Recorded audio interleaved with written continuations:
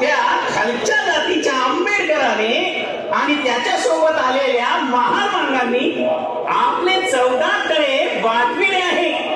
पण आता ते आपण शुद्ध करीत आहोत. आपल्या धर्मात सांगितल्याप्रमाणे गोमातेचे पवित्र गोमूत्र आपण या 14 तळ्यामध्ये टाकून मंत्रोच्चाराने शुद्ध करीत आहोत.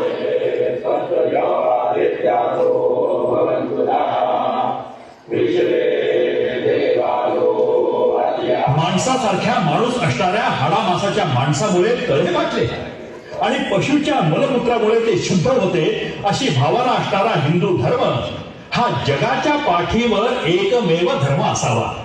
14 तळे शुद्धीकरणाची वार्ता आंबेडकरांना समजली आणि त्यांना या कृत्याची प्रचंड चीड आली. आपल्या साथीदारांशी बोलून 25 आणि 26 डिसेंबर 1927